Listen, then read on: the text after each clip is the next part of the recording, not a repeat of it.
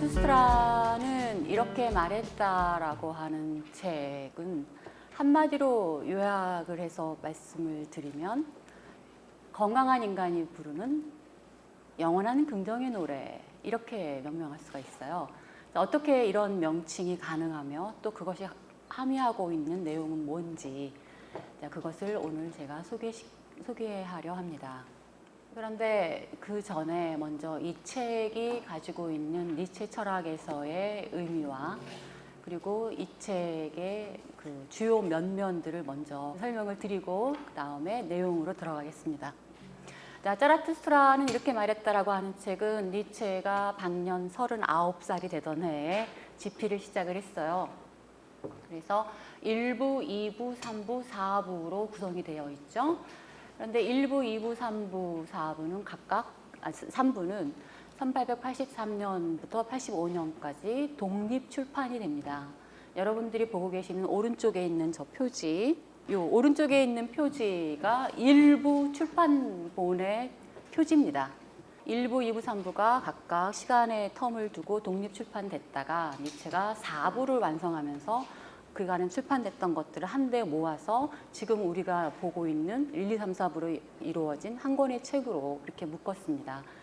자, 이렇게 이제 되어 있는 4부로 구성되어 있는 자라투스트라는 이렇게 말했다라고 하는 책은 명실상부한 니체의 주저이자 대표작이죠.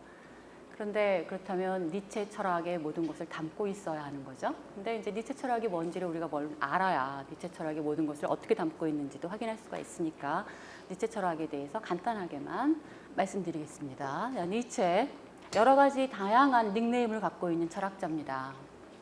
자, 근대까지 이어져 내려왔던 그야말로 근대성으로 집약되었던 그 모든 것, 어떤 정신, 사상, 어떤 문화, 문명을 다 송두리째 하나로 묶을 수 있는 그 정신, 그 근대성이라고 하는 그런 정신을 떨쳐버리고 지성사적 전환점을 이룬 철학자다. 그래서 근대성으로부터 현대성으로의 전환을 이룬 철학자다. 이러한 닉네임이 있죠. 또 다른 닉네임은 서양 철학의 2000년 역사에서 계속 유지되어 왔던 서양 철학의 플라톤주의를 전복시킨 철학자. 그래서 플라톤주의를 전복시킨 철학적 다이너마이트, 이런 평가도 있습니다. 또 서양의 전통 자명성 일체를 파괴하는 망치의 철학자. 자, 이런 평가도 있죠. 자, 이 외에도 다양한 평가들이 있습니다. 해체의 철학자, 등등등. 그런데 이 모든 평가들은 다 니체 철학의 특정한 부분들을 보여주고 표현해주는 그런 명칭들이죠. 하지만 이 모든 것들을 한대로 수렴하는 니체 철학의 대표적인 명칭은 바로 디오니소스적 긍정의 철학이라고 하는 명칭입니다. 자, 디오니소스적 긍정의 철학은 무엇을 하려는 철학이냐면 바로 이런 말을 철학적으로 보증하고자 하는 철학입니다. 자, 다 같이 한번 읽어볼까요?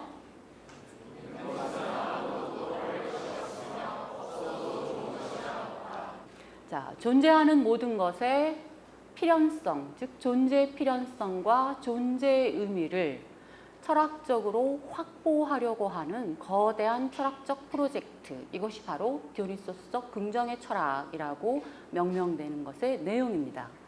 자, 자라투스트라는 이렇게 말했다는 바로 이런 긍정의 철학으로의 진입을 알리는 신호탄 역할을 하는 책이에요. 자, 여기서 자라투스트라가 이제 쓰여진 해를 보면 83년에서 85년이잖아요. 그러니까 니체는 그 이전에도 많은 책들을 썼어요. 아주 유명한 비극의 탄생이라는 책도 있고, 반시대적 고찰 이런 것도 있고, 그죠? 아침놀, 너무나 인간적인 이런 책들을 썼어요. 하지만 그 책들에는 디오니소스적 긍정의 철학, 즉 존재하는 모든 것의 존재의 의미와 필연성을 확보하고자 하는 그런 철학적 기획이 명시적으로 드러나지는 않습니다.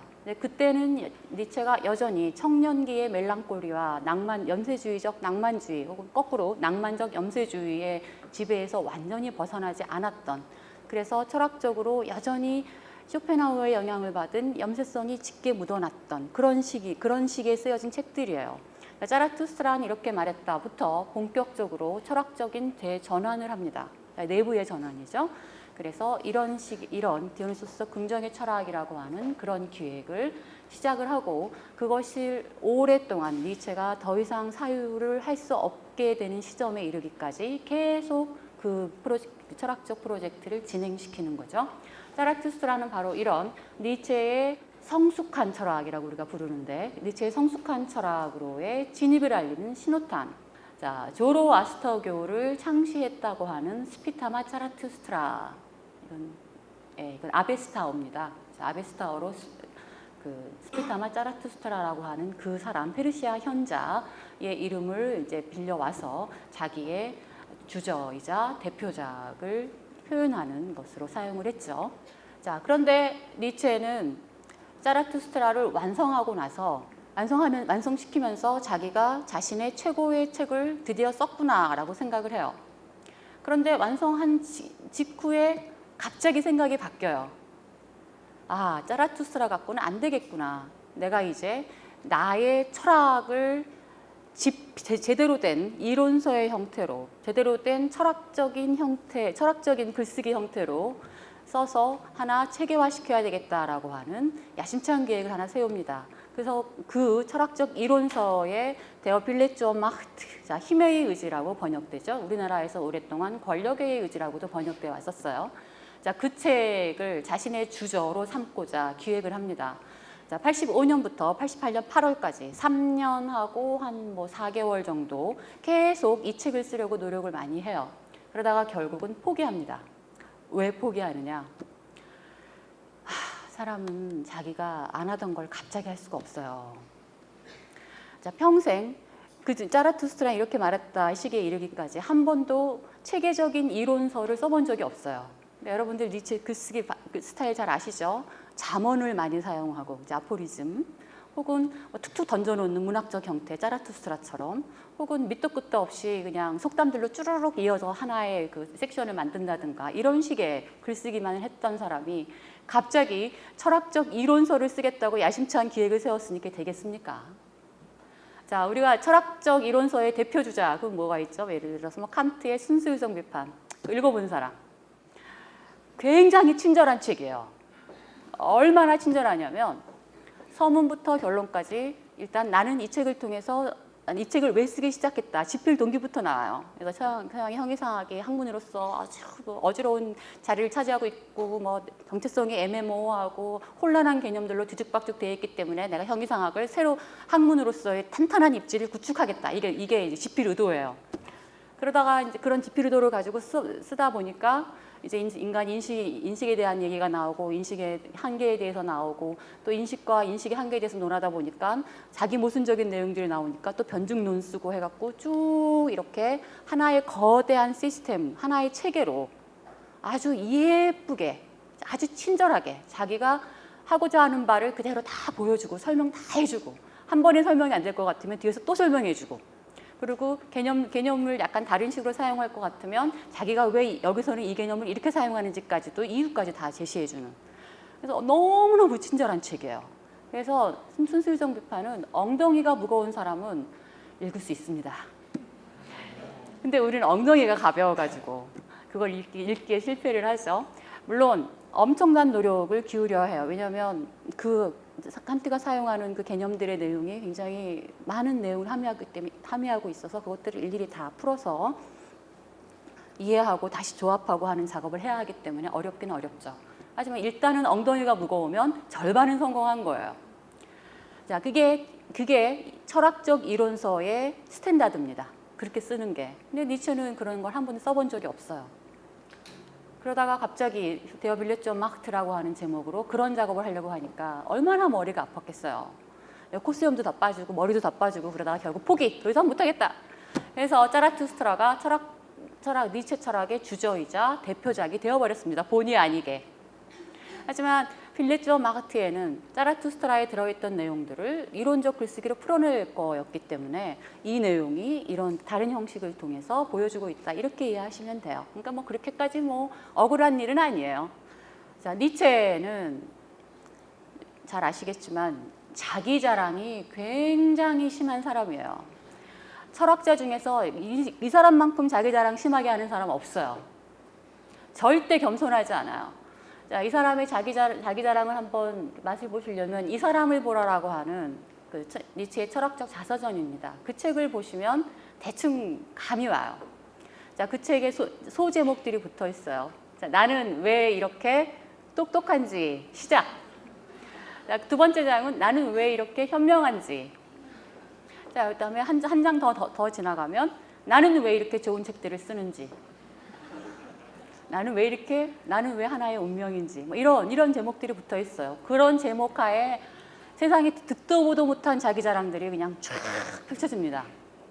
그런데 니체의 자기 자랑의 진수는 자라투스트라에 대한 니체의 자화자찬이에요. 자, 이 책으로 나는 인류에게 지금까지 주어진 그 어떤 선물보다도 가장 큰 선물을 주었다. 수천 년간을 퍼져나갈 목소리를 지닌 이 책은 존재하는 최고의 책, 가장 심오한 책으로 진리의 가장 깊숙한 보고에서 탄생했다. 이 책은 5번째 복음서이며 미래의 성서가 될 것입니다. 왜 5번째 복음서? 마태, 마가, 누가, 요한복음, 4대 복음 플러스 밖에 없잖아요. 거기에 새로운 복음. 자, 그런데 니체의 이런 자기 자랑은 근거 없는 자기 자랑은 아니에요. 왜냐? 자, 자라투스트라는 이렇게 말했다라고 하는 책은 니체의 핵심 사유, 신의 죽음, 블랙점 마크트 히멜리지, 그다음 영혼의 기, 이버맨시라고 하는 중요한 핵심 주제들이 모여서 한데 얽혀서 가치의 전도라고 하는 철학적인 모험을 시도한 책이기 때문입니다. 자, 가치의 전도. 지금까지 참이라고, 진리라고, 지금까지 선한 것이라고, 지금까지 아름다운 것이라고, 지금까지 정의라고, 지금까지 우리의 믿음과 신념과 사유체계의 토대이자 근간이라고 확실하게 믿어왔던 그 모든 것들이 몽땅 다 틀렸다라고 얘기를 하잖아요. 그것들은 아무런 가치를 갖고 있지 않다. 그래서 그것 대신에 새로운 자명성들, 새로운 내용들을 니체가 제시를 합니다. 사상사적 대전환, 그다음에 인류의 2000년 역사를 완전히 뒤집어버리는 대전복의 사건, 철학적 전복의 사건. 이 내용이 그 어떤 내용을 실제로 뭐 여러 가지 모순점들도 있고 약점들도 있지만 이런 철학적 시도를 했다는 것 자체가 대단한 거죠. 그리고 니체는 스스로 자기가 새롭게 제시한 내용들이 제대로 된 진리다라고 굳게 믿어 의심치 않았어요. 자, 미래의 성서이자 복음. 왜? 자, 이 책이 자라투스트라는 이렇게 말했다라고 하는 이 책이 초월자 없는 현세에서 의미 있고 행복하게 살아갈 수 있는 인간을 미래의 인간으로 약속해 주기 때문이에요.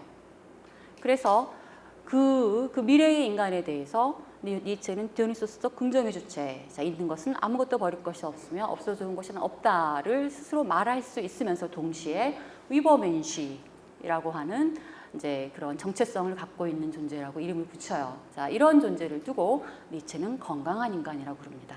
자, 인간을 건강하게 만들어주는 길을 보여주는 거예요. 그러니 인간을 행복하게 만들어주는 복음. 자, 에반겔리움이라고 하죠. 복음. 자, 이것의 뜻이 뭐죠? 이 기쁜 소식, 그런 뜻이에요. 그러니까 인간에게 기쁜 소식을 주었기 때문에 미래의 성서, 지금까지 성서가 인류에게 행사했던 그 어떤 그 영향력보다 훨씬 큰 영향력을 행사하는 그러한 새로운 복음을 담은 그런 내용이다라는 평가가 가능해집니다. 자, 그래서 이 모든 것들을 한데 모아서 니체가 이렇게 얘기하죠. 자라투스트라는 이렇게 말했다 해서 이버맨시라는 개념이 최고의 현실이 되었다. 디오니소스적이라는 내 개념이 최고의 행위가 되었다. 괴테나 섹스피어도 숨도 못 쉴 정도의 열정으로 썼다. 뭐 등등등등. 자, 그런데 자라투스트라는 이렇게 말했다는 아주 특이한 부제를 담고 있어요. 자, 모든 사람을 위한, 그러면서도 그 누구를 위한 것도 아닌 책이라는 의미입니다. 왜?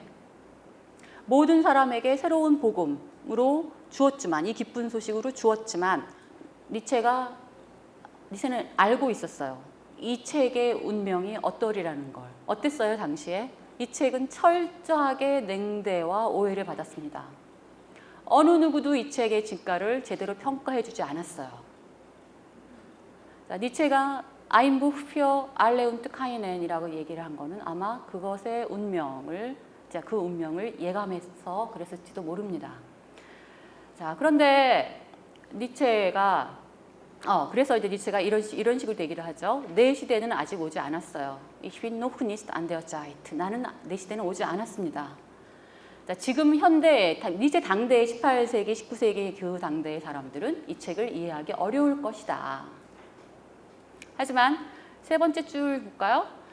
자라투스트라를 해석해내는 일을 하는 교수직이 미래에는 만들어질지도 모른다. 나 같은 사람이 있으리라고 미리 알고 있는 거죠. 하지만 지금 현대 유럽 사람들에게는 이 책이 아마 제대로 받아들여지지 못할 것이다 라고 생각을 합니다. 왜? 너무 접근하기가 어려워요, 이 책이 일단. 그래서 언젠가 하이니히 폰 슈타인 박사가 내 자라투스트라의 말을 한마디도 이해할 수 없다고 했을 때 나는 그게 정상이라고 얘기해줬다. 여러 가지 이유에서 접근하기가 어렵습니다. 저는 자라투스트라는 이렇게 말했다를 독일 유학 가서 처음 봤어요. 여러분들 우리나라 중고등학교 필독서에 들어가 있는 책인데 나는 고등학교 때 못 읽었어요. 나는 도저히 손을 못 대겠더라고. 대학 때도 못 읽었어요. 유학 가서 그때 처음 봤어요. 아이고 한마디도 이해가 안 되더구만. 도대체 왜 이게 이해가 안 될까? 처음에는 막 내 머리가 문제가 있는지 알고 고민을 많이 했는데 알고 보니까 자라투스트라는 이렇게 말했다 자체가 갖고 있는 문제점들이 있더라고요. 일단 문체가 굉장히 독특해요. 자, 굉장히 독특한 문체를 갖고 있는 산문시라고 부르죠. 자라투스트라는 이렇게 말했다. 자, 이 책에서는 이론이 없습니다.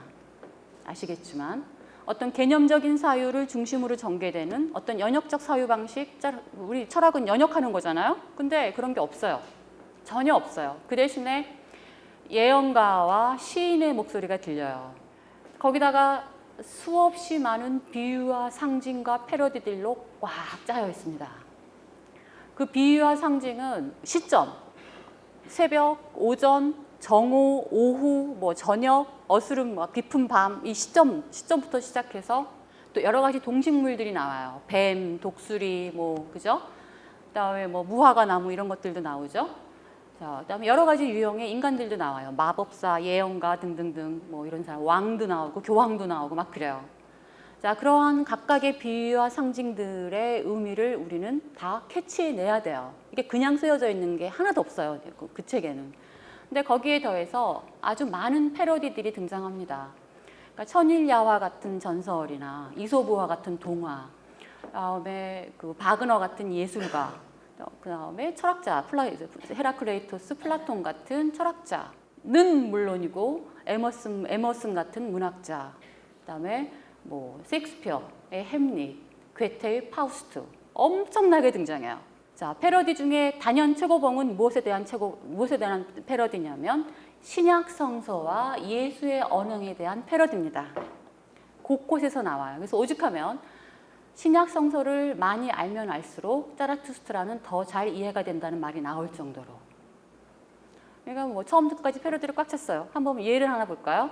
자라투스트라 서설 첫 번째 시작에 이런 얘기가 나오죠.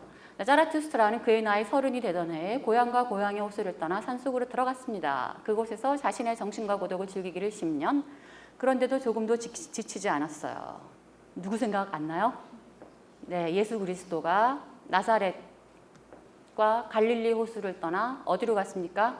사막으로 가셨죠. 자, 사막에서 40일간의 명상을 하시죠. 자, 자라투스트라는 높은 산에 올라가서 몇 년? 10년. 자, 사막이라고 하는 곳은 물론 거기도 수많은 생명이 살지만 높은 산에 비교할 수가 없어요. 그 생명력에 있어서. 또 높은 산은 높은 산, 말 그대로 높은 산이에요. 위에서 아래를 다 조망하는 곳. 그리고 모든 것으로부터 자유로울 수 있는 곳. 그러니까 자유로워진 정신 상태로 멀리 조망하는 그러한 명상을 하신 거예요. 그것도 생명력이 꽉 차여 있는 곳에서. 그러니 그 자라투스트라의 그 명상의 내용이 예수의 불모지 같은 사막에서의 40일 동안의 명상과 비교가 되겠어요? 안 되겠어요? 네, 이거는 이제 간접적인 자기 자랑. 자라투스트라의 진리는 예수 그리스도에 의해서 대표되는 그런 교회에서 얘기하는 그런 진리하고는 질적 차이가 있다. 이런 이야기를 하고 싶은 거예요, 처음부터. 못됐죠. 이렇게 하면 안 되는 거지. 근데 패러디의 제왕이에요, 니체는. 그러니 예언가와 시인의 목소리에 비유와 상징과 패러디로 꽉 차여져 있는 책이 문학책이 아니냐라는 의문은 당연한 거예요. 실제로 얘는 철학책으로는 거의 유일하게 문학적 가치를 인정받은 책이기도 합니다. 그래서 독일 문학에서 이 자라투스트라는 이렇게 말했다의 문학적 가치는 굉장히 평가되고 있죠. 실제로 세계 문학 전집이라는 게 있어요. 거기에 철학책이라고는 유일하게 들어가 있는 책이에요. 예. 문학책으로 읽힐 수도 있어요. 자, 하지만 우리는 철학적으로 읽고 싶어 하잖아요. 그러니 이러한 이 자라투스트라가 쓰고 있는 일종의 가면, 이러한 문체가 갖고 쓰고 있는 가면을 다 벗겨내는 그런 고단한 일을 우리가 해야 해요. 어렵죠. 자, 구성상의 문제도 있습니다. 거긴 체계도 없고 어떤 통일적인 기획으로 이루어진 책이 아니에요. 자, 4부는 각각 20여 개 안팎의 독립된 이야기들로 또 구성이 돼 있어요. 1부부터 3부까지 그래서 한 60개 정도의 이야기들로 구성이 되어 있는데 이 이야기들은 지멋대로예요. 특별한 어떤 스토리텔링을 하겠다라는 의도로 이번에 이 얘기 했으니까 이번엔 이 얘기 해야지 하고 이렇게 사유가 연결되는 뭐 그런 시스템이 아니에요. 그냥 니체가 그날 아침에 기분에 따라서 오늘은 사랑에 대해서 한번 써볼까? 오늘은 내가 어저께 루 살로메한테 거절당했으니까 오늘은 연애에 대해서 한번 써볼까? 여자에 대해서 한번 써볼까? 이렇게 그때 나 떠오른 사유 단초들을 가지고 한 섹션들을 계속 구성을 해 나간 거예요. 어떤 통일적인 흐름은 없습니다. 물론 앞에 쓰여졌던 내용이 뒤에 새로 나올 내용에 모순되거나 그런 얘기는 없어요. 하지만 꼭 연결시켜서 읽어야 될 필요는 없다. 물론 4부는 1, 2, 3부가 다 쓰여진 다음에 1, 2, 3부에 등장했던 사람들을 하나하나씩 다시 다 끌어갖고 와서 4부의 내용을 구성해요. 그래서 4부는 1, 2, 3, 4부를 전제로 하고 나중에 읽으셔야 돼요. 하지만 1, 2, 3부는 그래서 독립된 이야기들이기 때문에 어느 걸 먼저 읽어야 할 필요는 없습니다. 그래서 아주 많은 분들이 제게 이제 질문을 하세요. 자라투스트라를 처음부터 끝까지 이렇게 차례대로 읽어야 되나요? 아니면 어디부터 읽어야 되나요? 그러면 저는 뭐라고 대답하냐면 읽고 싶으신 데부터 읽으세요. 1, 2, 3, 3부는 아무거나 읽으셔도 시작해도 상관이 없습니다. 대신 4부는 3부까지 끝난 다음에 읽으시고 제일 처음에는 서설을 먼저 보세요 라고 말씀을 드려요. 서설에는 1, 2, 3부에 들어있는 내용들이 아주 간단하고 압축적으로 이렇게 선보기가 아니지 맛보기 형식으로 이렇게 쓰여져 있기 때문에 서설만 잘 읽으셔도 전체 내용에 뭐가 들어가 있는지가 대충 감이 와요. 자라투스트라가 접근하기 어려운 또 하나의 이유는 이게 더 크죠. 사실은 형식상의 측면보다는 내용상의 측면. 그 반시대성 때문에 그렇습니다. 니체가 이렇게 얘기할 정도로 철저하게 반시대적인. 당대의 유럽인들이 자라투스트라를 이해할 수 없는 것은 당연하다. 만일에 이해했다면 사멸적인 인간 존재의 최고봉에 도달한 사람일 거다. 그만큼 어렵다. 왜냐하면 우리가 가지고 있는, 그리고 우리가 그것을 가지고 삶을 살고 있는 그 여러 가지 자명성들을 의심하기가 쉽지 않습니다. 누군가가 그걸 의심을 하면 삐딱하게 바라보기가 먼저예요. 그렇구나 라고 절대 안 해. 쟤 왜 저러지? 쟤가 뭔가 이상한 거 아니야? 이게 먼저 나와요. 니체도 마찬가지, 그 시대도 마찬가지. 그래서 그 반시대성과 혁신성 때문에 사람들이 이해할 수 없는 게 아마 당연했을지도 모르겠다. 니체가 그렇게 생각을 합니다. 그래서 이제 100년만 기다려보자. 그때까지는 인간을 탁월하게 이해하는 천재가 나타나 니체라는 이를 무덤에서 발굴할 것이다. 자, 이런 작품은 아주 수준 높은 것이어서 이해되기에는 수세기가 필요하다.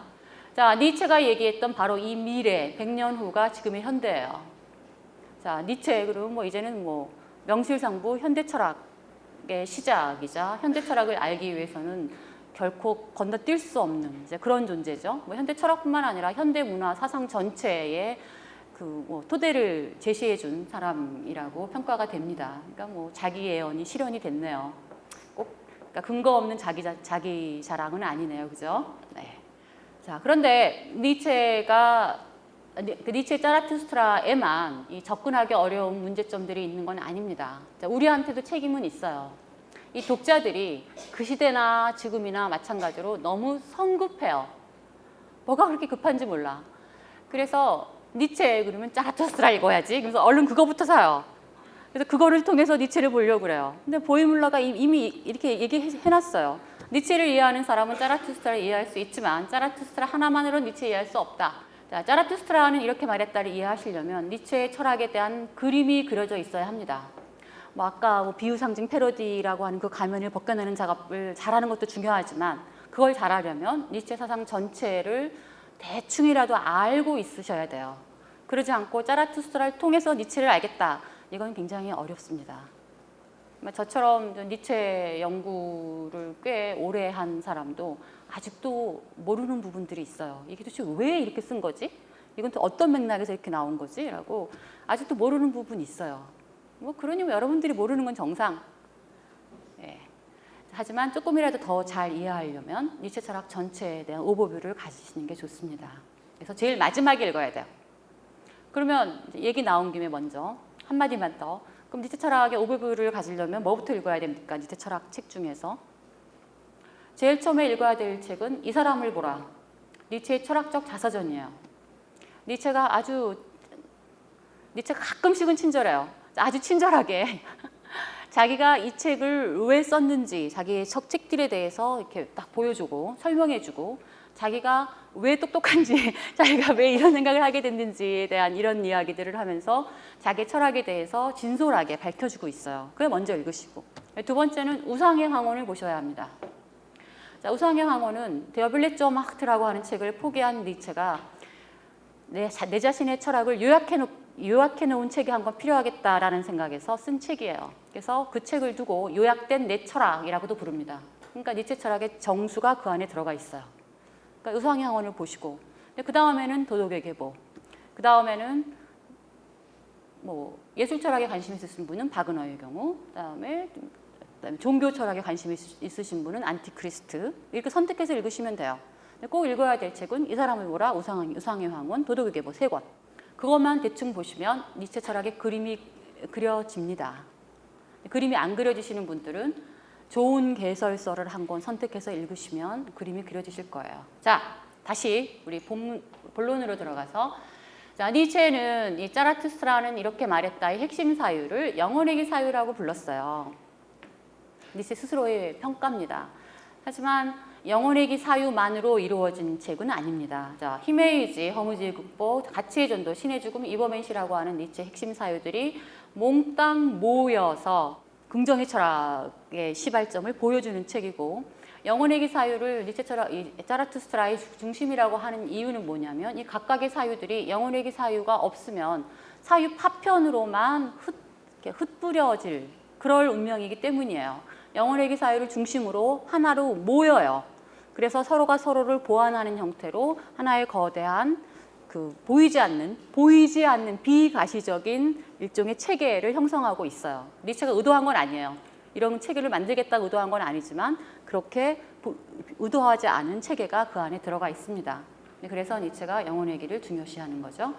자, 영혼회귀를 중요시하지만 짜라투스트라는 이렇게 말했다의 책의 가장 핵심적인 메시지는 뭐냐면 바로 위버맨시에 대한 이야기입니다. 자, 위버맨시, 나는 사람들에게 그들의 존재가 지니고 있는 의미를 터득시키고자 한다. 그것은 위버맨시요, 사람이라는 먹구름을 뚫고 내리치는 번개풀이다. 자, 인간 존재의 의미를 위버맨시라고 불렀어요. 자, 인간이 인간일 수 있다는 것은 인간이 인간으로서의 의미를 확보할 수 있으려면 뭐여야 된다? 위버맨시여야 한다라는 이런 의미입니다. 그래서 인간 존재의 의미. 자, 이게 짜라투스트라의 핵심적인 메시지고 이 위버맨시를 니체는 건강한 인간의 대명사로 제시를 하는 거예요. 여기에 대해서 이제 설명을 할 겁니다. 자, 위버맨시는 누굴까요? 자, 위버맨시라고 하는 개념은 오랫동안 우리나라 학자들에 의해서 초인이라고 번역되어 왔던 바로 그거예요. 자, 번역하지 않고 그냥 음역해서 위버맨시라고 부릅니다. 그 이유는 나중에 설명드릴게요. 자, 건강한 인간의 대명사이고 디오니소스도 긍정의 주체로 니체가 제시하는 인간. 그런데 이 위버맨시 개념은 짜라투스트라는 이렇게 말했다를 썼을 그 시기에 집중적으로 논의가 됩니다. 그러다가 자라투스트라의 시기가 끝나고 도덕의 계보, 뭐 선악의 저편, 우상의 황혼, 이 사람이 뭐라 뭐 이런 책들을 쓸 때는 이범현 씨 개념이 더 이상 등장을 안 해요. 그런데 등장을 안 했다고 그게 없어지는 거냐 내용이 그건 아니에요. 다른 개념들이 등장을 해요. 그래서 뭐 좀 더 고급한 인간, 좀 더 높은 인간, 강자, 뭐 주인, 밑에 보면 주권적 개인, 뭐 자유등신, 뭐 등등등등 이런 개념들이 나옵니다. 자, 이범현 시에 들어가 있던 내용을 그대로 가지고 가서 거기에 몇 가지를 더 집어넣어서 다른 개념으로 확대시키는 이제 그런 거로 이해하시면 돼요. 근데 그래서 이범현 씨가 누구인 뭔지를 알려면 거꾸로 이 개념들이 가지고 있는 의미를 차용해 와서 이범현 씨 개념을 이해하는 방식이 적절합니다. 그래서 이범현 씨는 복합 개념이에요. 완결 개념도 아니고. 하지만 자라투스트라는 이렇게 말했다의 시기에는 굉장히 중요한 개념. 자, 니체는 이범현 시를 인간 실존의 과제, 인간 존재의 의미로 제시를 했어요. 그러면서 모든 사람들이 다 이범현 시가 되도록 노력해야 한다라고 생각합니다. 그래서 자기의 철학 전체를 사람들을 이범현 시로 고양시키고자 하는 목적에서 뭐 기획했다 이런 식으로도 자기 평가를 해요. 즉 일종의 교육 철학이라는 거죠.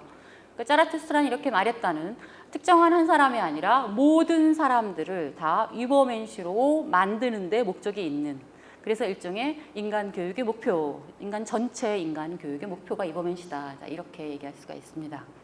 다 같이 한번 읽어볼게요. 시작.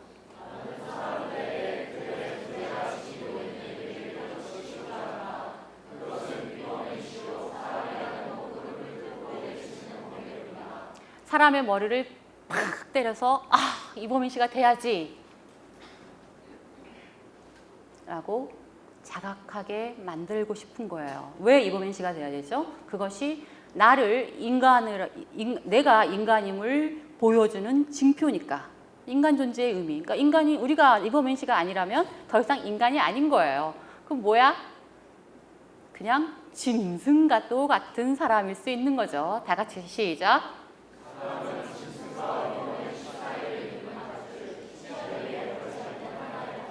네, 우리는 밧줄 타는 사람이에요. 이쪽으로 가면 짐승처럼 살고 이쪽으로 가면 이범현 씨처럼 살아요. 그 사이를 왔다 갔다 하는 존재. 매 순간 내 안에 짐승성이 있어요. 매 순간 내 안에 그 반대의 경향성이 있어요. 자, 어떤 걸 선택할지는 나 자신의 몫이에요. 가급적이면 짐승과는 다른 형태. 한갓 짐승으로 있기에는 우리가 너무 소중하잖아요. 그죠?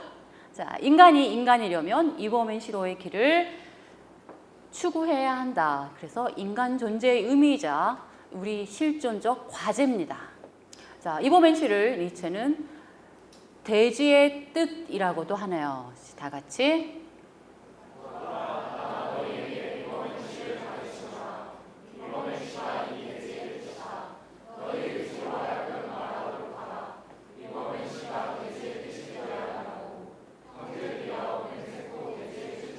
많이 들어봤던 구절이죠.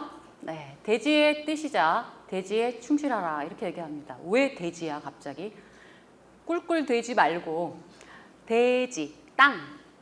네, 우리가 살고 있는 발붙이고 살고 있는 이 땅의 뜻이 우리가 이범현 씨가 되는 거랍니다. 우리가 발붙이고 있지 않은 저쪽 세계, 저쪽 신의 뜻도 아니고 저쪽 초월 세계의 뜻도 아니고 귀신의 뜻도 아니고 우리가 살고 있는 이 지상이 원하는 것이 바로 우리가 이범현 씨로 사는 것이랍니다. 형제들이요, 대지의 뜻에 충실하라. 대지의 뜻을 받들어 모셔서 다들 이범현 씨가 되라. 이렇게 얘기를 하죠. 자, 왜 대지의 뜻일까요? 니체가 이렇게 생각하기 때문입니다. 자, 그 유명한 신의 죽음 나왔다. 시작.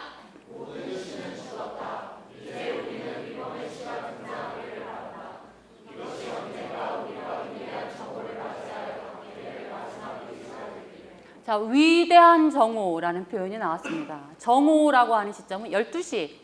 자, 태양이 내 머리 위에 직각이죠. 직각으로 있는 시점. 그래서 어떤 시점? 그림자가 가장 짧은 시점. 허상이 가장 짧은 시점. 그죠? 그 위대한 정오의 시점에 뭐라고 얘기해요? 모든 신은 죽었답니다. 이제 이범현 씨가 등장하기를 바란다. 자, 재밌는 건 그리스도교 신만을 의미하는 건 아니라는 거예요. 앞에 모든이 붙었어요. 모든.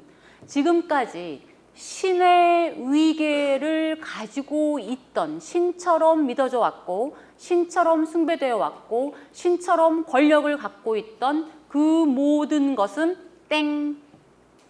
이제 이범현 씨가 등장하기를 바란다. 이범현 씨가 이제 그 기존의 신처럼 받들어 왔던 것이 갖고 있던 그 기능과 의미를 대신할 것이다. 이런 뜻이죠. 이런 맥락에서 나온 말입니다. 자, 플라톤주의라고 명명되는 그 모든 것이 이제 끝났다. 서양 철학의 플라톤주의. 자, 플라톤주의를 니체는 철학적 의미와 종교적 의미와 도덕적 의미 세 가지를 다 포함해서 이야기를 해요. 철학적 의미에서는 형이상학적 이원론, 달리 이원론적 형이상학. 자, 그게 끝났다. 자, 동시에 그것과 관계되어 있는 여러 가지 자명성들, 뭐 선 그 자체라든가 아름다움 그 자체라고 하는 그런 본질주의, 그런 것들도 다 끝났다. 자, 종교적 의미는 당연히 그리스도교의 신입니다. 자, 그리스도교의 신은 죽었다. 자, 왜냐하면 그리스도교는 대중을 위한 플라톤주의다라고 그러죠. 왜? 플라톤주의가 갖고 있던 철학적 의미, 즉 이원론적인 사유 방식이 그대로 종교라는 그 옷을 입은 것에 불과하기 때문에, 그래서 종교적 의미는 그리스도교 신을 부정하는, 자, 그러한 입장이 되죠. 근데 여기서 잠깐만 여러분들이 주목하셔야 될 점은, 이거는 오늘 주제가 아니니까 제가 길게 설명을 못 하는데, 그리스도교 신을 부정하는 니체가 예수 그리스도에 대해서는 아주 우호적인 평가를 내린다는 사실.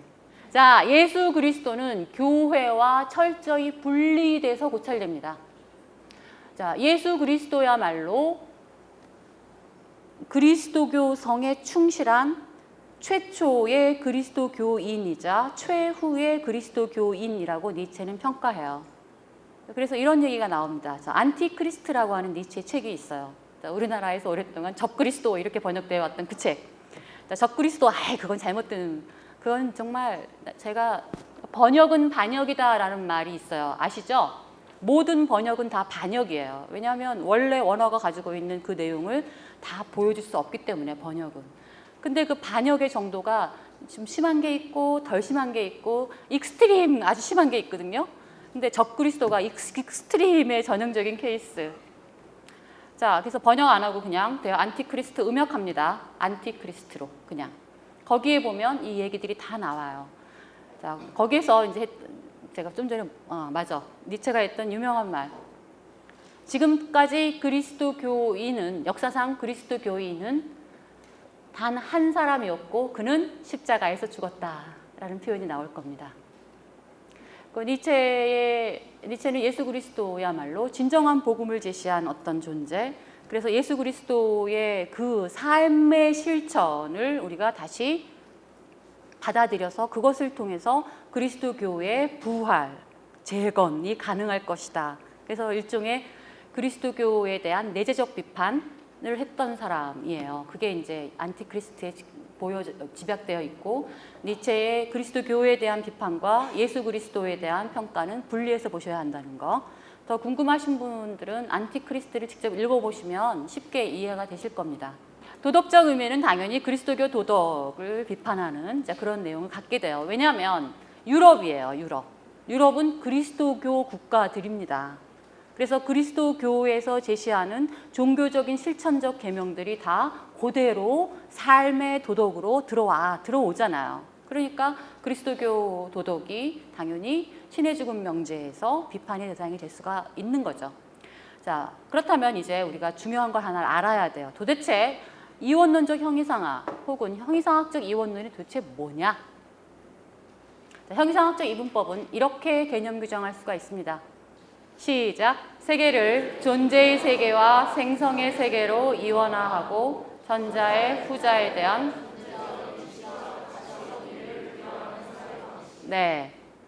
우리가 살고 있는 세계는 생성 소멸하는 세계죠.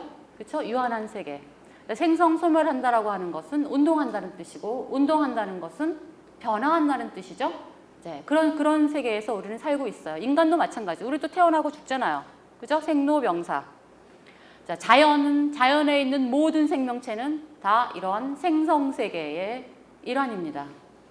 그 안에서 영원히 변하지 않고 있다는 것은 없어요. 네. 자, 이것에 대한 철학적인 대표 명사가 생성. 자, 우리가 이제 이 생성 세계를 경험하면서 살아가고 있는데 우리 궁금해졌어요. 도대체 이러한 생성과 변화와 운동을 가능하게 만들어주는 게 도대체 뭘까? 뭐가 있어서 이 모든 것을 가능하게 만들어준 걸까? 궁금하죠? 형이상학은 바로 그 무엇이 뭔지를 탐구하는 학문입니다. 근데 그 무엇을 이 생성세계 내부에서 찾지 않고 생성세계하고는 동떨어진 생성세계의 특징을 갖고 있지 않은, 즉 생성소멸하지 않고 유한하지 않은 다른 어떤 것에서 찾았던 거예요. 그게 형이상학적 이분법의 전형적인 사유 방식입니다. 자, 걔는 변화하면 안 돼요. 자기 스스로 운동하지도 않습니다. 변화가 없으니까 운동도 안 하겠죠? 그렇죠? 유한하지 않아요. 무한한 거. 그래서 영원한 거. 자, 그런 식의 속성들을 그 안에 집어넣어요. 자, 철학에서 그것 속성들을 몽땅 다 포괄해서 뭐라고 부르냐면 존재라고 불렀어요. 그래서 존재와 생성 이렇게. 자, 여기 이데아가 있고 이데아의 세계가 있고 여기 현상의 세계가 있습니다. 자, 이데아가 있어야 현상에 있는 것들이 비로소 가능해져요. 그래서 이데아라고 하는 요거는 이쪽 세계의 존재 근거. 자, 이데아에 대한 우리의 지식이 있죠. 그죠? 그것을 우리 에피스테메 혹은 참된 인식 혹은 진리라고 부르죠. 자, 이 현상 세계는 이 이데아의 세계를 모사한 것들이에요. 우리가 현상 세계에 대해서 갖는 지식은 얘는 참된 인식이 아니야. 진리가 아니야. 그럼 뭐야? 독사. 뱀 독사 말고 독사, 억견, 추측 그런 뜻이에요. 그렇죠? 자, 그러면 얘가 존재 근거, 그다음에 얘는 또 이 현상 세계의 인식 근거죠. 그죠? 존재 근거와 인식 근거. 존재 근거이자 인식 근거니까 얘가 얘보다 더 가치가 클 수밖에. 얘는 꼭 있어야 하는 세계. 이 세계는 없어져도 되는 세계. 형이상학적 이원론. 얘가 그리스도교 철학으로 들어가면 신의 나라와 인간의 나라로 그대로 이름만 바꿔가지고 있지 내용은 그대로 유지가 되는 거예요. 아, 신이 우리 창조하셨다면서요. 존재 근거. 신의 말씀이 진리라면서요. 그죠? 우리는 신의 말씀을 우리의 지성을 활용해서 조금이라도 더 많이 알아내는 존재지만 완벽하게 다 알 수는 없어요. 그죠? 예, 그래서 참된 진리 아니에요. 이렇게 설명이 되면 형이상학적 이원론입니다. 이게. 자, 이런 류의 사유 방식이 문제가 있다고 니체가 보는 거예요. 어떤 문제가 있느냐? 우리가 살고 있는 세계는 어떤 세계예요? 이쪽 현상의 세계. 그렇죠? 인간이 살고 있는 세계는 현상의 세계죠. 저쪽 세계에 살고 있지 못해. 저쪽 세계에 가는 방법이 있어요. 어떻게? 죽으면 가실 수 있으세요. 혹은 살아서 갔다 올 수는 모르겠다. 살아서는 못 가. 내 생각으로는 살아서는 못 가. 예. 자, 우리가 살고 있는 세계는 이 생성의 세계, 인간도 생성소멸하는 존재. 그런데 우리가 살고 있는 이 세계를 폄하하는 거예요, 지금. 이쪽이 진짜고 이쪽 우리가 살고 있는 세계는 가짜다. 이렇게 얘기하면서 저쪽이 긍정의 대상이고 우리가 살고 있는 세계는 부정의 대상. 아니, 학문이란 말이지. 학문은 누구를 위해서 하는 거예요? 나를 위해서 하는 거죠. 인간을 위해서 하는 거잖아요. 그런데 형이상학이라는 학문이 이원론을 만들어가지고 이 학문의 목표를 잘못 왜곡했다. 이렇게 생각하는 겁니다. 그래서 유범인 씨가 대지의 뜻이다. 대지에 충실하라라고 하는 그런 표현이 나온 겁니다. 이 대지는 우리의 살고 있는 이 현상 세계, 우리가 실제로 발붙이고 살아가는 이 세계에 대한 존중과 이 세계에 대한 사랑과 이 세계를 긍정하라 이런 메시지를 담고 있는 거예요. 이 얘기는 건 뭐냐면 이원론적 사유방식 자체를 없애버리고 이 세계만이 진짜고 이 세계 외의 다른 세계에 대해선 우리는 뭐라고 얘기할 수 없다라고 하는 그런 이론론적인 세계관으로 생각을 바꿔야 한다라는 말을 함의하게 되죠. 그래서 대지에 충실하라. 초지상적인 희망을 설교하는 자들을 믿지 말라. 그들은 어떤 존재들? 생명을 경멸하는 자들이래요. 네, 이 대지, 우리가 살고 있는 이 세계를 부정하니까. 그래서 니체는 이 세계를 긍정하는 사회 방식을 이제 새롭게 제시하고 싶어 하는 거예요. 자, 이버맨시는 이렇게 대지의 뜻이었고, 이버맨시는 뭐였죠? 인간 존재의 의미였습니다. 자, 이버맨시는 그런데 자기 자신의 정체성도 기존의 사유 방식하고는 다른 방식으로 생각하는 존재예요. 자기 자신을 기존의 우리 개념들을 사용해서 얘기하자면 이성과 육체와 의지의 불가분적인 통일체이자 복합체로 이해합니다. 자, 이 얘기는 우리가 나 자신이라고 이야기할 수 있는 부분은 어디다? 라고 이야기하는 걸까요? 자, 나 백승영은 이래서 백승영이다 라고 할 때 이 이래서는 주로 이거죠? 네, 우리의 정신성. 호모사피엔스라고 하는 말이 의미하듯이 인간은 이성적 동물, 인간을 인간답게 만들어주는 건 이성, 이게 제일 중요해. 그죠? 하지만 그런 사유 방식을 더 이상 갖지 말라라고 하는 거예요, 지금. 머리끝부터 발끝까지 각각의 계기들이, 인간을 구성하고 있는 각각의 계기들이 서로 불가분적으로 모여서 나 자신을 형성하고 내가 나에게서 중심이 뭐냐고 물어본다면 머리끝부터 발끝까지요 라고 대답해야 한다는 겁니다. 자, 머리끝부터 발끝까지 뭐다? 핫이슈. 네. 우리나라 이 노래의 그 가사는 정말 심오해요. 니체 철학을 어떻게 알고 말이야. 그죠? 각각의 이성작용과 감각작용 및 육체적 실천, 그 다음에 의지가 서로 불가분적으로 교류하면서 만들어내는 게 바로 나다. 그런데 니체에게서 의지는 단순한 의지가 아닙니다. 힘의 의지. 자, 이 표현 들어보셨죠? 자, 권력의지라고 오랫동안 번역되어 왔던 바로 그거. 자, 그리고 이 힘의 의지가 이성활동과 감각적인 어떤 여러 가지 지각작용, 육체적인 모든 실천을 규제하는 규제 원리로 작용하고 있습니다. 그렇다면 의지가 제일 중요하나요? 엄밀히 얘기하자면 의지가 제일 중요해요. 하지만 의지와 이성과 다른 부분들이 서로 분리 불가능하게 연결되어 있기 때문에 의지만 중요하다, 따로 떼어내서 의지가 이거다라고 얘기하기는 좀 어렵습니다.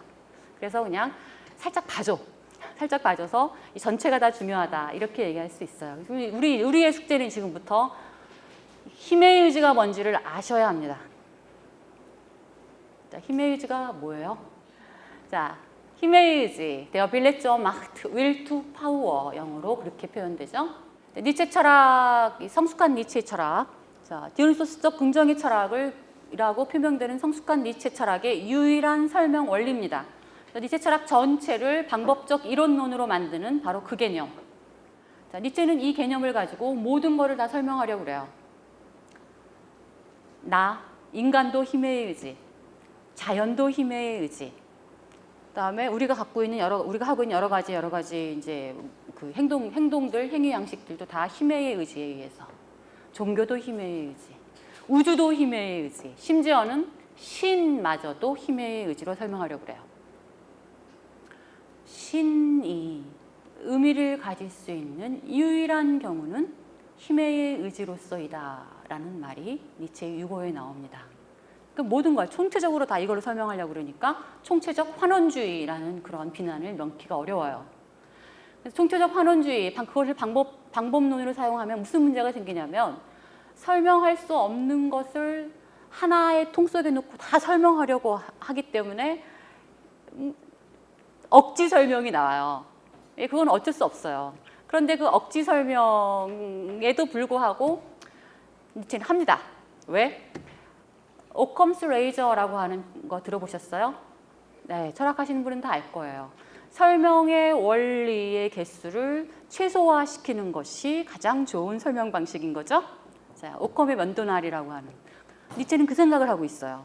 그래서 설명 원리를 단순화시키고자 하는 거예요. 그래서 물 설명할 때는 A로 설명하고 기름 설명할 때는 B로 설명하고가 아니라 물과 기름 몽땅 다 동일한 A로 설명하는 게 최고의 방식이다. 이렇게 생각을 하기 때문에 그런 문제점에도 불구하고 힘의 의지를 방법적 이론론으로 사용을 합니다.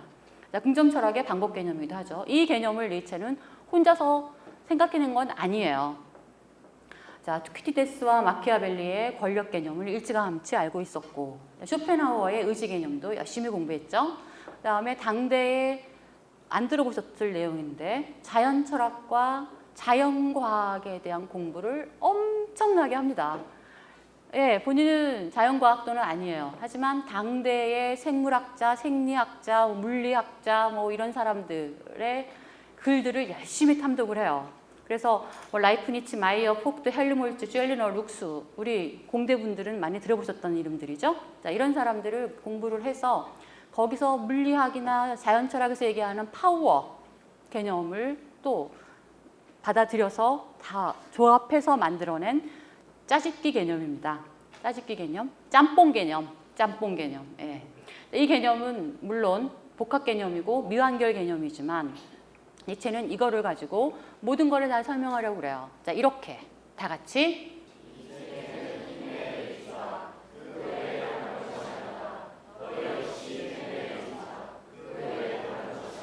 네, 모든 거를 다 힘의 의지로. 자, 근데 이 힘의 의지가 복합 개념이고 짜집기 개념이기 때문에 아주 많은 내용을 가지고 있고 불완전한 개념이기도 해요. 근데 그 중에서 우리가 꼭 알아야 할 건 뭐냐면 힘의 의지를 정의를 한번 내려봐라 라고 했을 때 이렇게 정의 내리는 게 가장 니체적이다 라는 거예요. 첫 번째, 항상 힘 상승과 강화와 지배를 추구하는 의지작용이 곧 힘의 의지다. 이렇게. 니체는 힘의 의지의 정의는 이것입니다 라고 제시한 적이 한 번도 없어요. 자기는 그런 거 하는 거 되게 싫어해요. 이론적 정의 이런 거는 하급 철학자들이 하는 거예요. 진짜 철학자는 그냥 던져놓으면 되는 거예요. 그럼 나머지들은 자기네들이 알아서 해요. 우리 같은 사람, 연구자들이 있으니까. 자, 항상 힘 상승과 강화와 지배를 추구하는 의지작용이 힘의 의지다. 자, 의지가 있고 힘의 의지가 따로 있는 게 아니라 의지가 항상 힘 상승과 강화와 지배를 추구한다. 이렇게 생각하시면 돼요. 자, 의지는 곧 그래서 힘에 대한 의지, 힘의 의지다. 이해됐어요? 이거 이해하시면 됐어. 자, 힘을 추구하는 의지. 자, 의지가 실체로 존재하나요? 의지는 우리가 추상명사화 시킨 거예요. 그죠? 실제로는 의지작용만 있는 거죠. 액션만이 있는 거예요. 동사예요.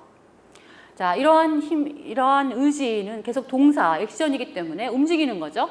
운동하는 거예요. 운동한다는 것은 살아있다는 뜻이죠. 죽은 것은 움직이지 않습니다. 그죠? 자, 그래서 힘의 의지를 상상 힘 상승과 강화와 지배를 추구하니까 상승적 삶의 의지, 생명의지라고도 불러도 되겠네요. 니체 스스로도 그렇게 바꿔서 부릅니다.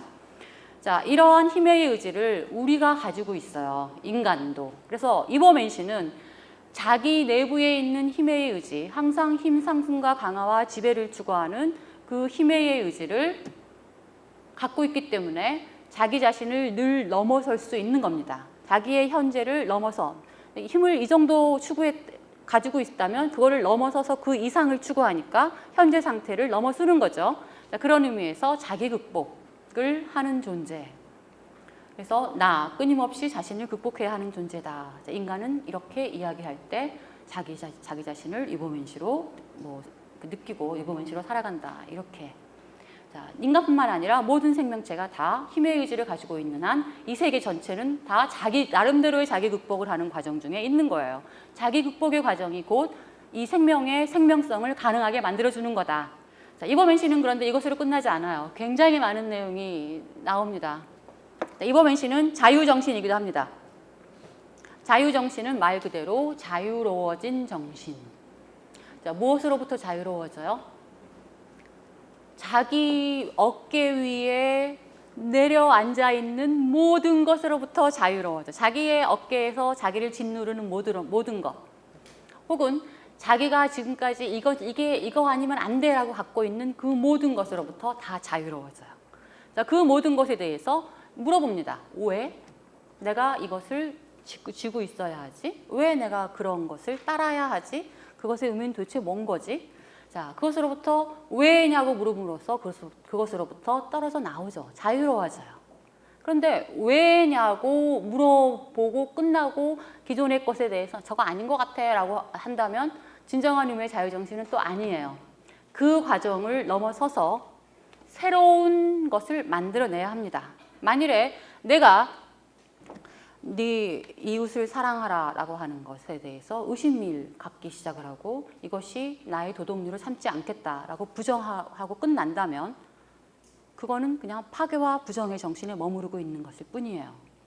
자, 새로운 나를 위한 나의 이범행시적인 삶, 자기 극복적인 삶을 위해서 새로운 무언가를 만들어내야 합니다. 나는 만들어낼 수 있어요. 내 안에 힘의 의지가 창조 의지로 발현돼서 나의 삶, 상승적 삶을 위해서 뭔가를 만들어냅니다. 자, 이웃사랑 대신에 자비, 예를 들면 자비 해가지고 그것을 새로운 어떤 자명성으로 자기의 삶의 도덕률로 받아들이는, 그래야 비로소 자유정신이 돼요. 그래서 부정과 파괴의 상태에 머무르지 않고 새로운 창조의 상태로까지 나아갔을 때 비로소 자유정신입니다. 자, 이런 자유정신을 니체는 주인적인 삶을 사는 존재라고도 불러요. 그래서 이범엔 씨는 주인의식을 가지고 있고 주인처럼 살아가요. 자기 삶의 주인이자 이 세계의 주인.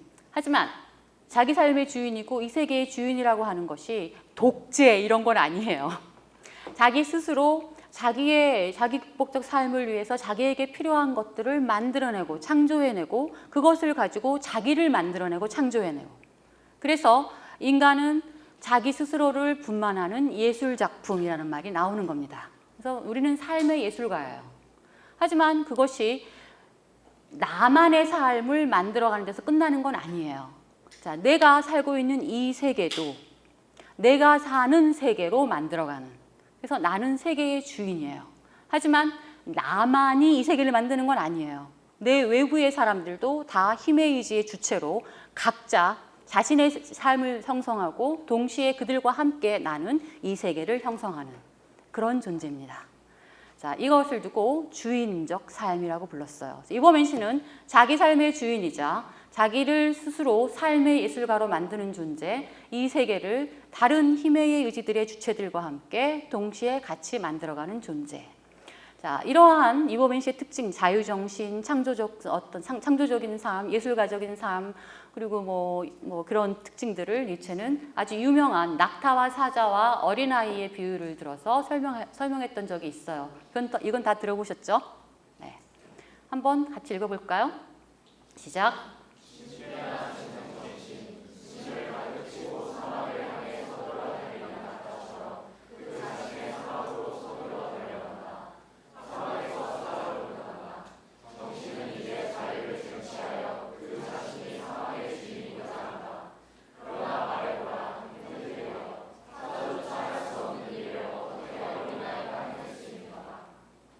어떻게 어린아이가 해낼 수 있겠어요? 자, 어린아이 상태가 되어야 제대로 된 자유정신이고 제대로 된 이범인시라고 얘기를 하는데, 어린아이, 그 떼쟁이가 뭔 자유정신이고 이범인시?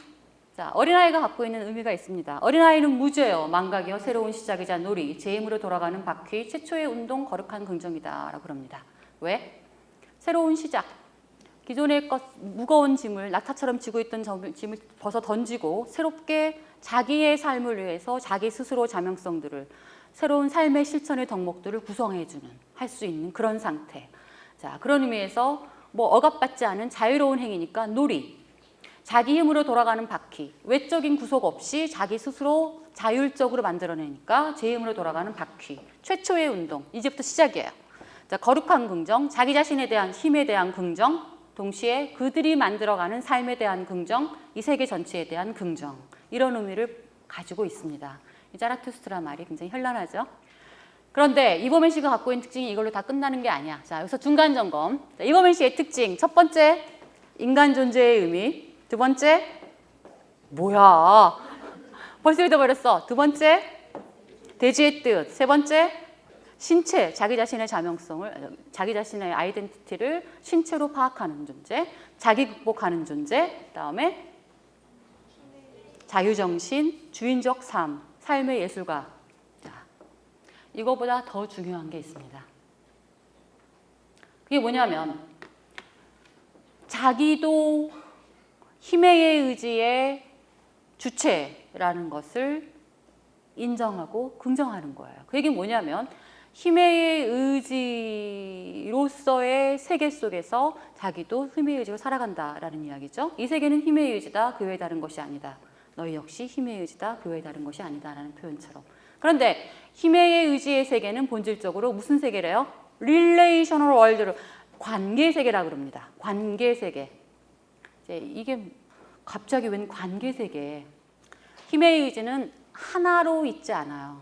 자, 내가 내 안에 수없이 많은 힘을 추구하는 의지들을 가지고 있습니다. 매 순간 새로운 의지들이 나오고 매 순간 다른 의지들이 또 나오고. 자, 하지만 나를 총체적으로 힘의 의지 A라고 부를 수가 있겠죠. 자, 여러분들도 다 힘의 의지의 주체라면서요. 그러면 힘의 의지 B, C, D, E, F, G, H, I 쭈루루 있잖아요. 힘의 의지는 다수로 존재합니다. 근데 인간만 힘의 의지예요. 이 세계 자연 전체가 상승적 삶의 의지, 생명 의지를 갖고 있다 그랬죠.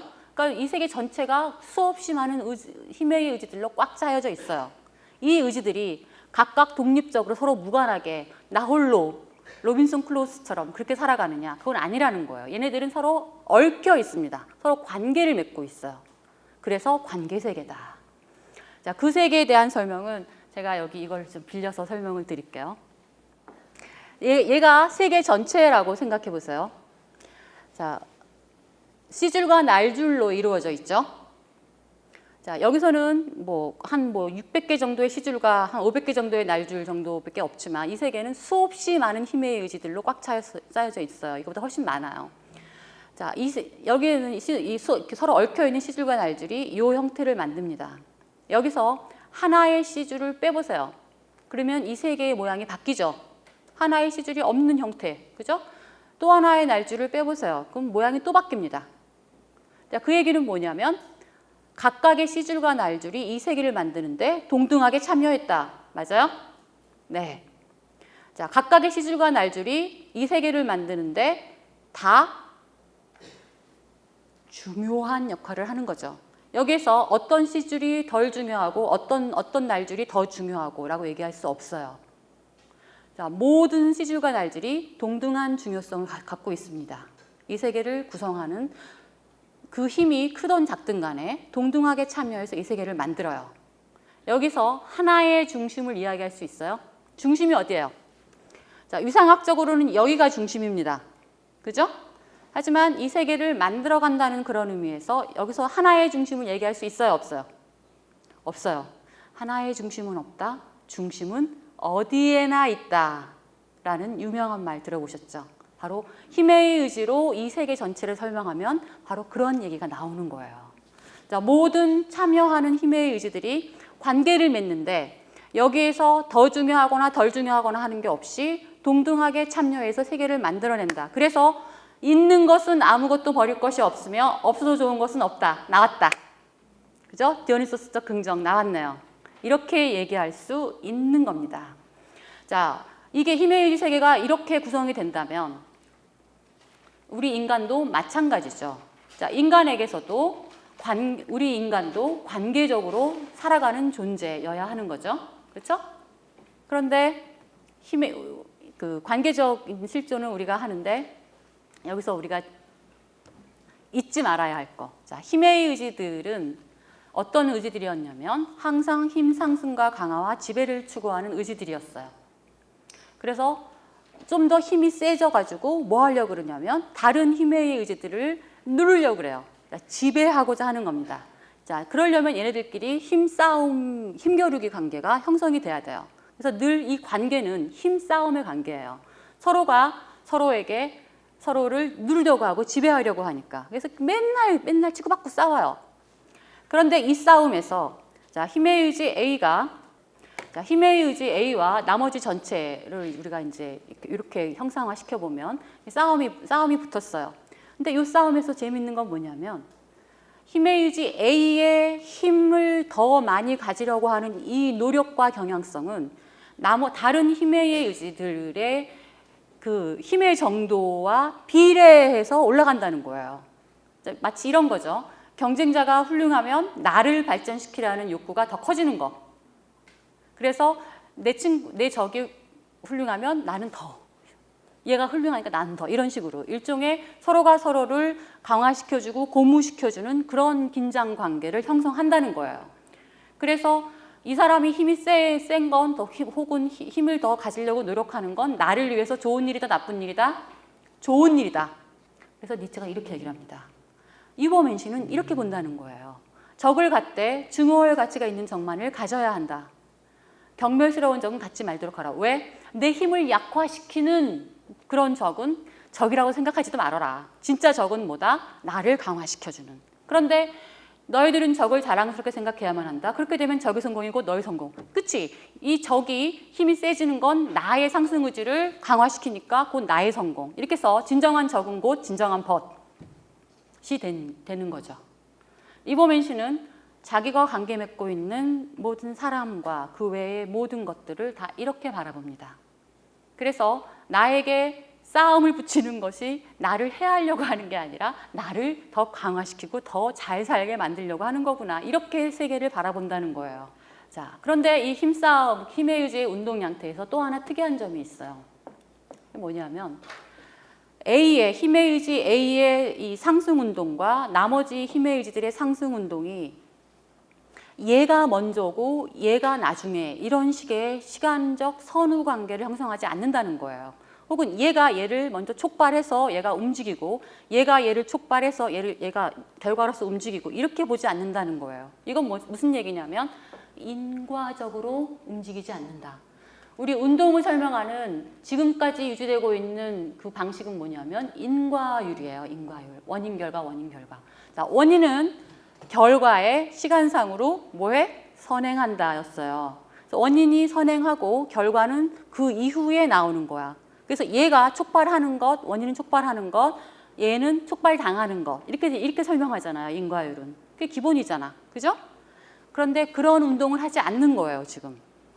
자, 힘의 의지 A와 나머지 힘의 의지의 이런 힘 싸움과 긴장 관계는 선후 관계, 시간의 선후 관계가 아니라 동시적으로 일어나요. 그래서 얘가 원인이기 때문에 더 중요하고 얘가 원인이니까 더 중요하고 이렇게 생각하지 않는다는 거예요. A를 움직이기 위해서는 나머지 전체들의 운동이 같이 움직여줘야 해요. 그래서 동시적인 운동을 해요.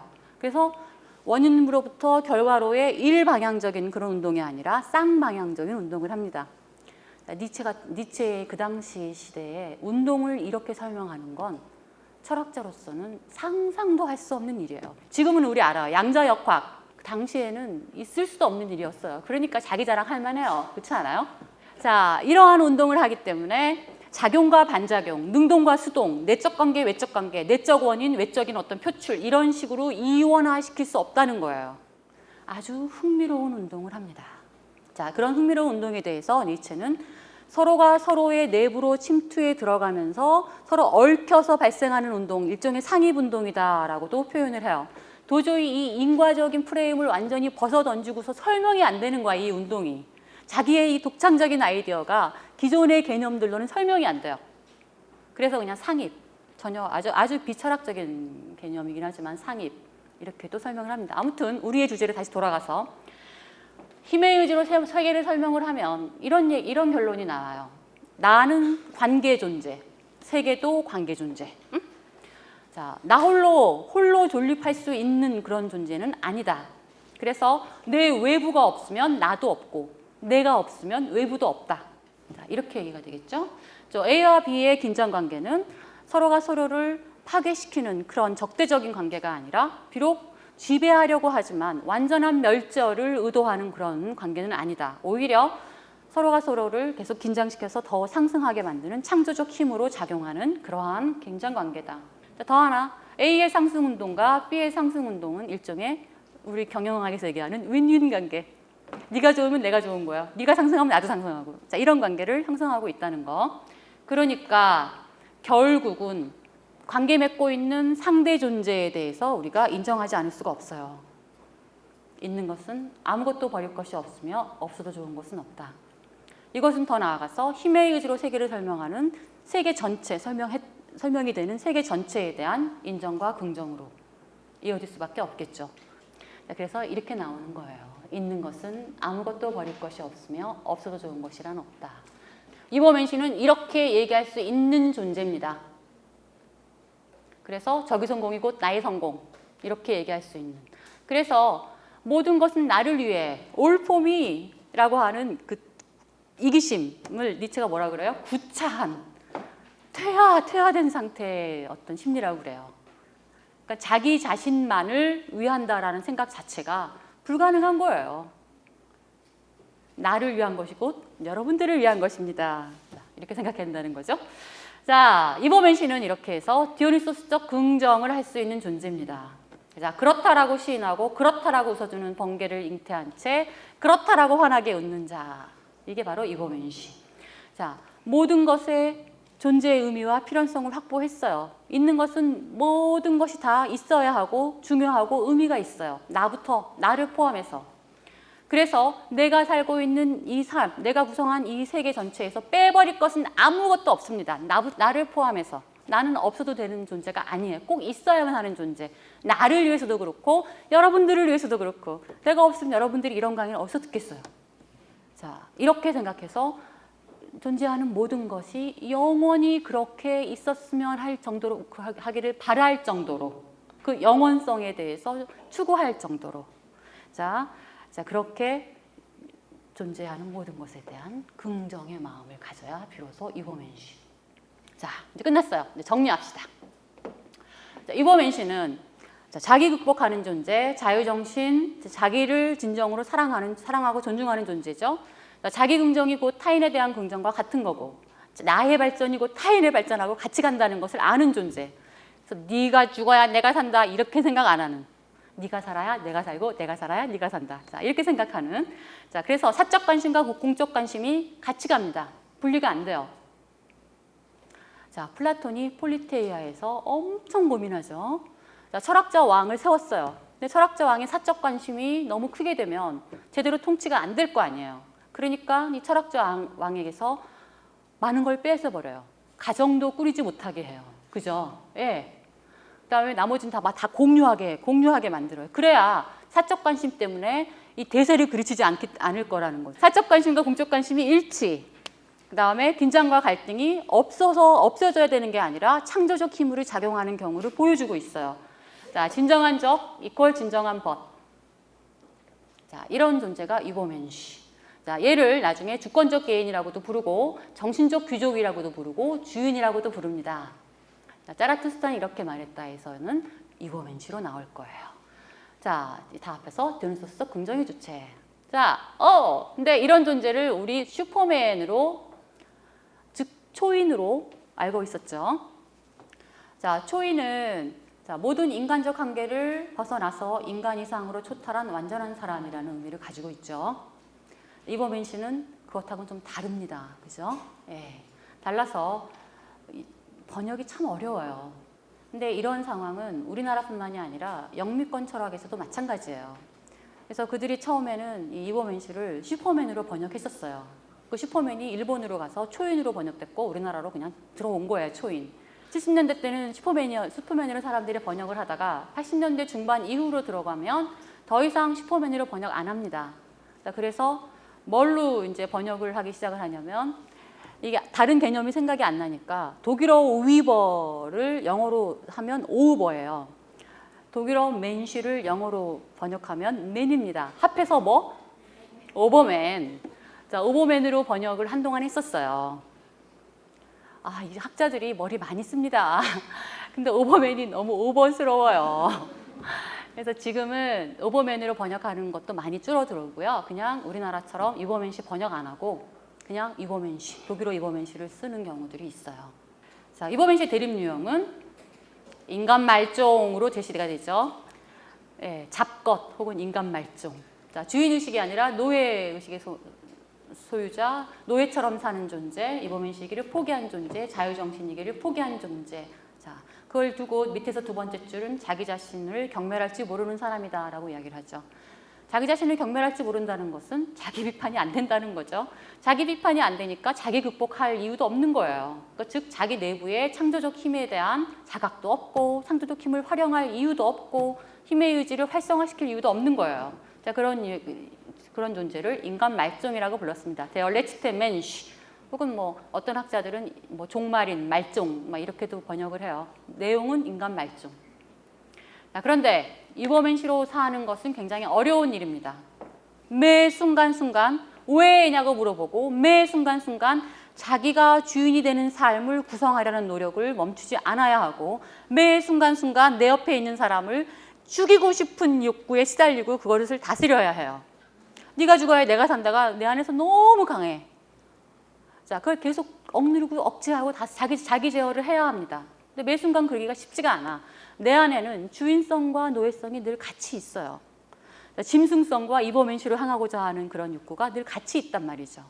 그래서 맨날 왔다 갔다. 인간은 갈대예요. 왔다 갔다 해요. 그럴 때 이렇게 한번 생각해 보라라고 니체가 우리에게 하나의 그 도움을 주는 권유를 사유 실험의 형태를 제시하고 있어요. 일종의 영혼회귀 사유라고 들어보셨죠?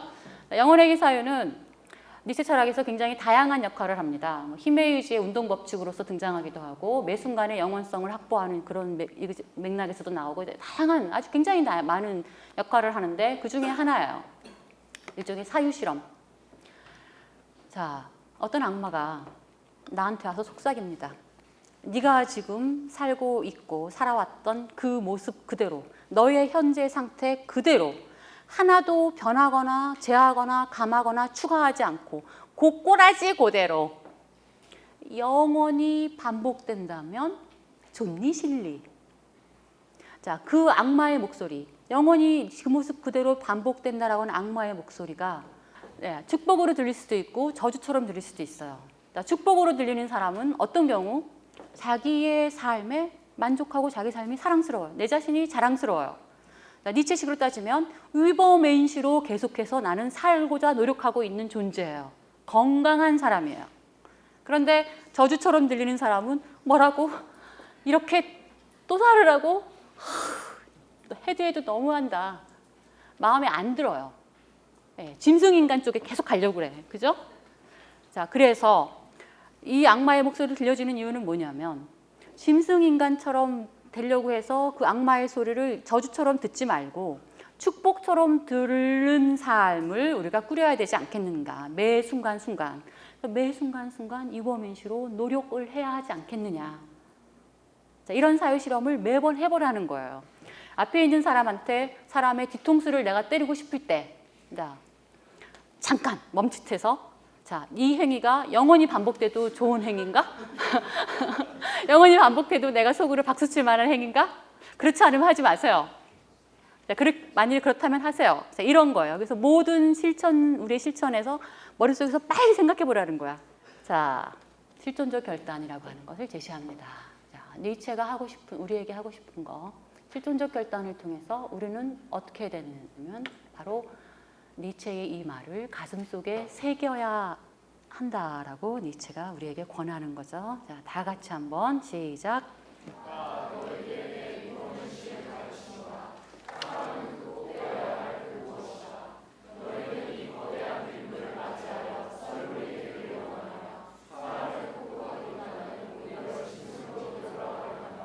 네, 수고하셨습니다.